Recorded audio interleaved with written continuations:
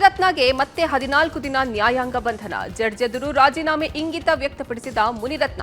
ಮಂಡ್ಯದಲ್ಲಿ ಹಳೆ ದ್ವೇಷಕ್ಕೆ ಚಾಕು ಇರಿತ. ದಾವಣಗೆರೆಯಲ್ಲಿ ಪತ್ನಿ ಹತ್ಯೆಗೈದ ಕಿರಾತಕ ಪತಿ. ಬಳ್ಳಾರಿಯಲ್ಲಿ ಕಳ್ಳರ ಗ್ಯಾಂಗ್ಗೆ ಸಾಥ್ ಕೊಟ್ಟಿದ್ದ ಪೇದೆ ಅರೆಸ್ಟ್. ಎಲ್ಲದರ ಬಗ್ಗೆ ನೋಡ್ತಾ ಹೋಗೋಣ ಕರ್ನಾಟಕ ಟಾಪ್ 20ಯಲ್ಲಿ. ಬೆಂಗಳೂರಿನಲ್ಲಿ ಮಹಿಳೆಯೋರ್ವರನ್ನ ಭೀಕರವಾಗಿ ಹತ್ಯೆ ಮಾಡಲಾಗಿದೆ. ವೈಯಾಲಿ ಕಾವಲ್ನ ವಿನಾಯಕ ನಗರದಲ್ಲಿ ಮಹಿಳೆಯನ್ನು ಕೊಲೆ ಮಾಡಿದ ಆರೋಪಿ ಮೃತದೇಹವನ್ನು ತುಂಡು ತುಂಡು ಮಾಡಿ ಫ್ರಿಡ್ಜ್ನಲ್ಲಿಟ್ಟಿದ್ದ. ಮನೆಯೊಂದರ ಮೊದಲ ಮಹಡಿಯಲ್ಲಿ ಕೊಲೆ ಮಾಡಿ ಮೃತದೇಹವನ್ನ ಸುಮಾರು 30ಕ್ಕೂ ಹೆಚ್ಚು ತುಂಡುಗಳಾಗಿ ತುಂಡರಿಸಿ ವಾಸನೆ ಬರದಂತೆ ಫ್ರಿಡ್ಜ್ನಲ್ಲಿಟ್ಟಿದ್ದ. ಘಟನಾ ಸ್ಥಳಕ್ಕೆ ಹೆಚ್ಚುವರಿ ಪೊಲೀಸ್ ಆಯುಕ್ತ ಸತೀಶ್ ಭೇಟಿ ಕೊಟ್ಟು ಪರಿಶೀಲಿಸಿದ್ರು. ಮೃತ ಮಹಿಳೆಯನ್ನ ನೇಪಾಳ ಮೂಲದ ಮಹಾಲಕ್ಷ್ಮಿ ಎನ್ನಲಾಗಿದ್ದು, ಪತಿಯಿಂದ ದೂರವಾಗಿ ಇಲ್ಲಿ ವಾಸವಾಗಿದ್ರು ಎನ್ನಲಾಗಿದೆ. ಮಾಲ್ ಒಂದರಲ್ಲಿ ಕೆಲಸ ಮಾಡ್ತಿದ್ದ ಮಹಾಲಕ್ಷ್ಮಿ ಒಂಟಿಯಾಗಿ ವಾಸ ಮಾಡಿಕೊಂಡಿದ್ರು ಎನ್ನಲಾಗ್ತಾ ಇದೆ. ಇನ್ನು ಹತ್ಯೆ ಮಾಡಿ ಆರೋಪಿ ತಲೆಮರೆಸಿಕೊಂಡಿದ್ದಾನೆ. ತನಿಖೆ ಚುರುಕುಗೊಳಿಸಿರುವ ವೈಯಾಲಿ ಕಾವಲ್ ಪೊಲೀಸರು ಹಲವು ಆಯಾಮಗಳಲ್ಲಿ ವಿಚಾರಣೆ ನಡೆಸ್ತಾ ಇದ್ದಾರೆ. ಪಕ್ಕದ ಮನೆಯವರು ಮೇಂಟೆನೆನ್ಸ್ ಇದಾರಲ್ಲ, ಅವ್ರು ಬೀಗ ತೆಗೆದು ನೋಡಿರೋದು. ಆವಾಗ ಫ್ರಿಡ್ಜಿಂದ ಹುಳ ಬರ್ತಾ ಇದೆ ಅಂತ ಹಂಗೆ ಲಾಕ್ ಮಾಡಿಬಿಟ್ಟು ಪೊಲೀಸ್ ಕಿಂಪರ್ ಮಾಡೋರೆ. ಆವಾಗ ಇವ್ರು ಬಂದು ಚೆಕ್ ಮಾಡ್ತಾ ಇದ್ದಾರೆ ಅಷ್ಟೇ. ಯಾರು ಅಂತ ಸರಿಯಾಗಿ ಗೊತ್ತಿಲ್ಲ. ಅವರು ಮನೆ ಒಳಗೆ ಸುಮಾರು 26 ವಯಸ್ಸಿರುವ ಒಂದು ಲೇಡಿದು dead body cut into pieces ಫ್ರಿಡ್ಜಲ್ಲಿ ಸ್ಟ್ಯಾಕ್ ಮಾಡಿದೆ. 4-5 ದಿವಸ ಹಿಂದೆನೇ ಆಗಿರ್ಬೋದು. ಸ್ಥಳಕ್ಕೆ ಸೋಕೋ ಟೀಮ್ ಬಂದಿದೆ ಮತ್ತು ಉಳಿದ ಇನ್ವೆಸ್ಟಿಗೇಷನ್ ನಾವು ಮಾಡ್ತೀವಿ. ಚಿತ್ರದುರ್ಗದ ರೇಣುಕಾಸ್ವಾಮಿ ಹತ್ಯೆ ಪ್ರಕರಣದಲ್ಲಿ ಜಾಮೀನನ್ನು ಕೋರಿ ವಿಚಾರಣಾಧೀನ ಕೈದಿ ದರ್ಶನ್ ಅರ್ಜಿಯನ್ನು ಸಲ್ಲಿಸಿದ್ದಾರೆ. ಬಂಧನವಾದ 102 ದಿನಗಳ ಬಳಿಕ ಸೆಷನ್ಸ್ ಕೋರ್ಟ್ಗೆ ಅರ್ಜಿ ಸಲ್ಲಿಸಿದ್ದಾರೆ. ಇನ್ನು ಬಳ್ಳಾರಿ ಜೈಲಿನಲ್ಲಿರುವ ನಟ ದರ್ಶನ್ ಮತ್ತೆ ಕಿರಿಕ್ ಮಾಡಿಕೊಂಡಿದ್ದಾರೆ. ಹೈ ಸೆಕ್ಯೂರಿಟಿ ಸೆಲ್ನಲ್ಲಿರುವ ನಟ ದರ್ಶನ್ಗೆ ಬೆನ್ನುವು ಸಮಸ್ಯೆ ಕಾಡ್ತಿದ್ದು ಕುಳಿತುಕೊಳ್ಳಲು ಚೇರ್ಗಾಗಿ ಮನವಿ ಮಾಡಿದ್ದಾರೆ. ಚೇರ್ಗೆ ಮನವಿ ಮಾಡಿ ವಾರ ಕಳೆದರೂ ಚೇರ್ ಕೊಡದ ಬಳ್ಳಾರಿ ಜೈಲಾಧಿಕಾರಿಗಳ ವಿರುದ್ಧ ದರ್ಶನ್ ಗರಂ ಆಗಿದ್ದಾರಂತೆ. ಕೋರ್ಟ್ ಚೇರ್ ಕೊಡಲಿಕ್ಕೆ ಸೂಚನೆ ಕೊಟ್ಟರು, ಯಾಕೆ ಚೇರನ್ನು ಕೊಡ್ತಿಲ್ಲ ಅಂತೇಳಿ ದರ್ಶನ್ ಪ್ರಶ್ನಿಸಿದ್ದಾರೆ. ದರ್ಶನ್ ಮಾತಿಗೆ ಖಡಕ್ಕಾಗಿಯೇ ಜೈಲಾಧಿಕಾರಿಗಳು ತಿರುಗೇಟನ್ನು ಕೊಟ್ಟಿದ್ದಾರೆ. ಕೋರ್ಟ್ನ ಅಧಿಕೃತ ಆದೇಶ ಬಂದ ಬಳಿಕ ಚೇರನ್ನು ಕೊಡಲಾಗುತ್ತೆ ಅಂತ ಹೇಳಿದ್ದಾರೆ. ಜೈಲಾಧಿಕಾರಿಗಳ ಮಾತಿಗೆ ಎದುರು ಮಾತನಾಡದೆ ದರ್ಶನ್ ಸೆಪ್ಪೆ ಮೊರೆ ಹಾಕ್ಕೊಂಡಿದ್ದಾರೆ. ಇನ್ನು ಪ್ರಕರಣದ ಸಂಬಂಧ ಸಂಗೀತ ನಿರ್ದೇಶಕ ಗುರುಕಿರಣ್ ಮಾತನಾಡಿದ್ದು, ದರ್ಶನ್ ಕೇಸ್ನಿಂದ ಹೊರಗಡೆ ಬಂದರೆ ನಮಗೂ ಖುಷಿ ಅಂತ ಹೇಳಿದ್ದಾರೆ.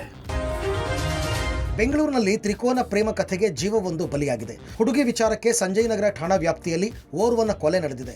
ಒಂದೇ ಹುಡುಗಿಯನ್ನ ವರುಣ್ ಮತ್ತು ದಿವೇಶ್ ಪ್ರೀತಿಸ್ತಾ ಇದ್ರು. ಇದೇ ವಿಚಾರಕ್ಕೆ ಇಬ್ಬರ ನಡುವೆ ಗಲಾಟೆ ನಡೆದಿದೆ. ಇವರಿಬ್ಬರು ಸಹಪಾಠಿಗಳಾಗಿದ್ದು, ಮೊದಲು ದಿವೇಶ್ನನ್ನ ಯುವತಿ ಪ್ರೀತಿಸ್ತಾ ಇದ್ಲು. ಬಳಿಕ ಅದೇ ಯುವತಿ ವರುಣ್ನನ್ನ ಪ್ರೀತಿಸ್ತಾ ಇದ್ಲು. ಇದೇ ವಿಚಾರಕ್ಕೆ ನಿನ್ನೆ ರಾತ್ರಿ ಇಬ್ಬರ ನಡುವೆ ಜಗಳವಾಗಿದೆ. ಇಂದು ಬೆಳಿಗ್ಗೆ ವರುಣ್ ತಲೆ ಮೇಲೆ ಕಲ್ಲು ಎತ್ತು ಹಾಕಿ ದಿವೇಶ್ ಹತ್ಯೆ ಮಾಡಿದ್ದಾನೆ. ಸದ್ಯ ಆರೋಪಿ ದಿವೇಶ್ನನ್ನ ಸಂಜಯ್ ನಗರ ಪೊಲೀಸರು ಬಂಧಿಸಿ ವಿಚಾರಣೆ ನಡೆಸ್ತಾ ಇದ್ದಾರೆ. ಪ್ರಕರಣದ ಬಗ್ಗೆ ಡಿಸಿಪಿ ಸೈದುಲ್ಲಾ ಅದಾವತ್ ಹೇಳಿದ್ದು, ಒಟ್ಟು 4 ಒಂದೇ ಮನೆಯಲ್ಲಿ ವಾಸವಾಗಿದ್ದರು. 3 ಉಡುಪಿ ಮೂಲದವರು, ಇನ್ನೋರ್ವ ಬೆಂಗಳೂರಿನವರು. ಇಬ್ಬರು ಸಹ ಒಂದೇ ಹುಡುಗಿ ಜೊತೆ ಡೇಟ್ ಮಾಡ್ತಾ ಇದ್ರು. ಇದೇ ವಿಚಾರಕ್ಕೆ ಹತ್ಯೆ ಆಗಿದೆ ಅಂತ ಹೇಳಿದ್ದಾರೆ.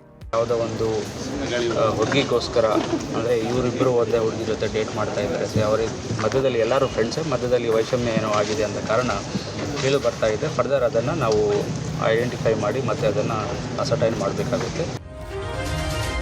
ಅಪಾರ್ಟ್ಮೆಂಟ್ ಒಳ ಹೋಗಲು ಬಿಡದಿದ್ದಕ್ಕೆ ಸೆಕ್ಯೂರಿಟಿ ಗಾರ್ಡ್ ಮೇಲೆ ಹಲ್ಲೆ ಮಾಡಿರುವ ಘಟನೆ ಕುಂಬಳಗೂಡು ಠಾಣಾ ವ್ಯಾಪ್ತಿಯಲ್ಲಿ ನಡೆದಿದೆ.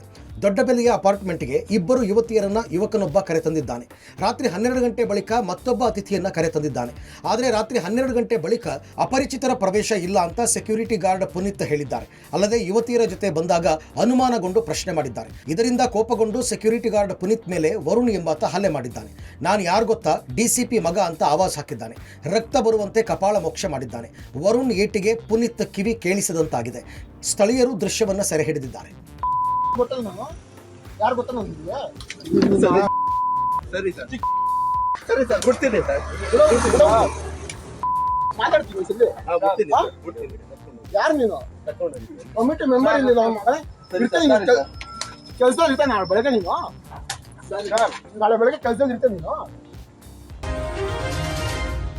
ಸಾಮಾನ್ಯವಾಗಿ ಕಳ್ಳರು ಯಾರು ಇಲ್ಲದನ್ನ ಕಂಡು ಕದ್ದು ಓಡ್ತಾರೆ.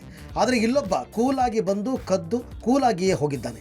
ಮೆಜೆಸ್ಟಿಕ್ ಮೆಟ್ರೋ ಮುಂಭಾಗದಲ್ಲಿರುವ ಕೆಫೆಯಲ್ಲಿ ಹಣ ಕದ್ದು ಕಳ್ಳ ಪರಾರಿಯಾಗಿದ್ದಾನೆ. ಸೆಪ್ಟೆಂಬರ್ 13ರಂದು ಬೆಳಗ್ಗೆ 9:53ಕ್ಕೆ ಘಟನೆ ನಡೆದಿದೆ.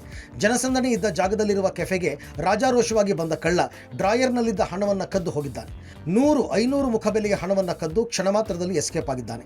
ತಲೆಗೆ ಟೋಪಿ, ಹೆಗಲಿಗೆ ಬ್ಯಾಗ್ ಹಾಕೊಂಡು ಬಂದಿದ್ದ ಕಳ್ಳ ಕಳವು ಮಾಡಿದ್ದಾನೆ.